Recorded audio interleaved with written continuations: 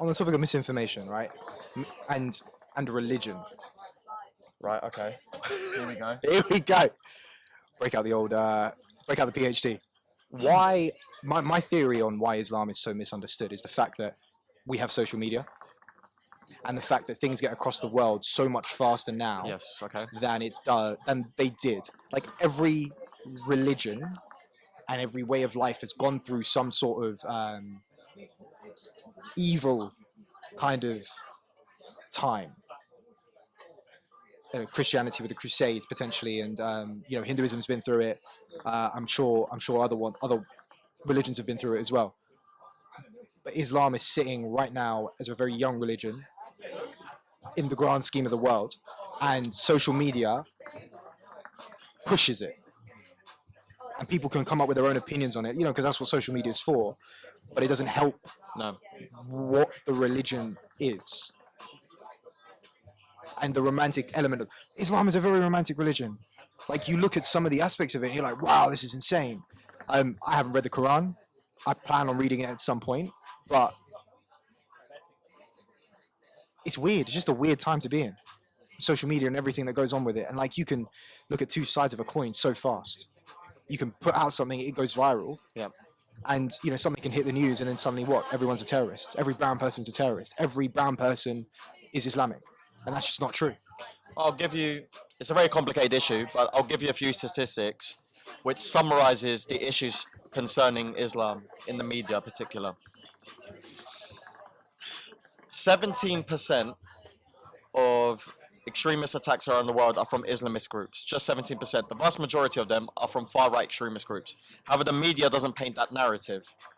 Around 48% of sampled US citizens believe that Islam supports and Muslims support violence, whereas 95% of Muslims around the world, globally, believe that violence is never justified. So there's a disparity between what the Muslims believe and what non-Muslims believe about Islam, particularly in the United States. And in the middle, you have media portrayals of Islam. So something like 70% of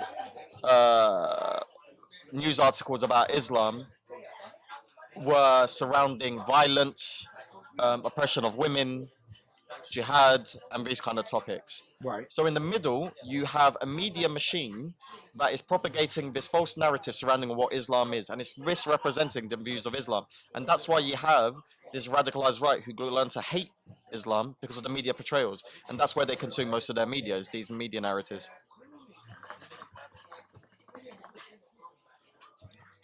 How do you fix that? Well, Can you fix it? Is it even possible to fix it? I mean, you can go down the whole misinformation path, and what Twitter's beginning to do, Facebook is supposedly doing, and all of that, right? Yep.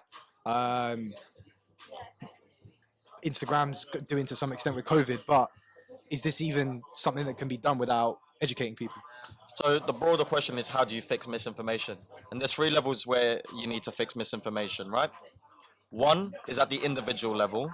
So people need to become better at detecting accurate information over inaccurate information, and that comes through the education system. Yeah. One, you need that at government and business level. So companies and governments need to get better at regulating content on their platforms, and they have the technology to do it. But however, regulating misinformation and ad revenue don't go hand in hand. The more you regulate misinformation, the more adversely it can impact the social media companies' ad revenue. Right, because these controversial topics make money, unfortunately. So those two issues don't necessarily go hand in hand. You like making money? Exactly. Well, that's the issue. And at the government level, they need to take it more seriously and hold these social media platforms where this is spreading accountable for what they're spreading. And they're not doing a good enough job of that. So really in schools, we need critical media literacy. It needs to be embedded into your curriculum. So we need to teach young people how to detect misinformation and how to report it and how to combat it. And that needs to be a built-in part of the education system. And some people say, oh, what's the big deal with misinformation? Isn't that something just happens on social media? People complain on social media. Yeah. No. So there's now causal effect studies that have shown that misinformation can lead to deaths, real deaths around the world, right? So this study in the United States, they wanted to detect whether there was a causal effect of misinformation on social. Oh my God, I fucked this up. Right. So I'll start again. The whole spiel. Yeah. So they wanted to detect a causal effect Yeah. of misinformation on real world violence. So what they did is they looked at Facebook outages Hmm. and they recorded refugee hate crimes around the world, Right. around the United States, should I say.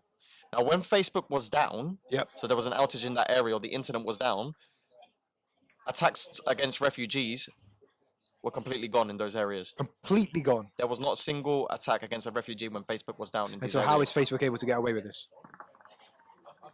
Because it's not being regulated. That's why. Isn't there any laws against? Isn't there anything, any sort of, laws, ethics, codes? I don't know. I'm not in the government, but Well, now there is. Now they're putting acts together or they're to trying to regulate at social least. media content. However, the technology evolves faster than Than what the the acts. governments can Okay. comprehend, so they struggle to keep up.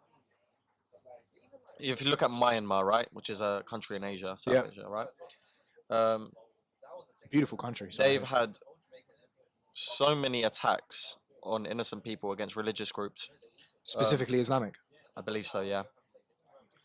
That were propagated by misinformation on Facebook. So people died because of misinformation campaigns, right? Machines that were working to spread misinformation. So an on Facebook. algorithm killed people. So could you say that Facebook killed people?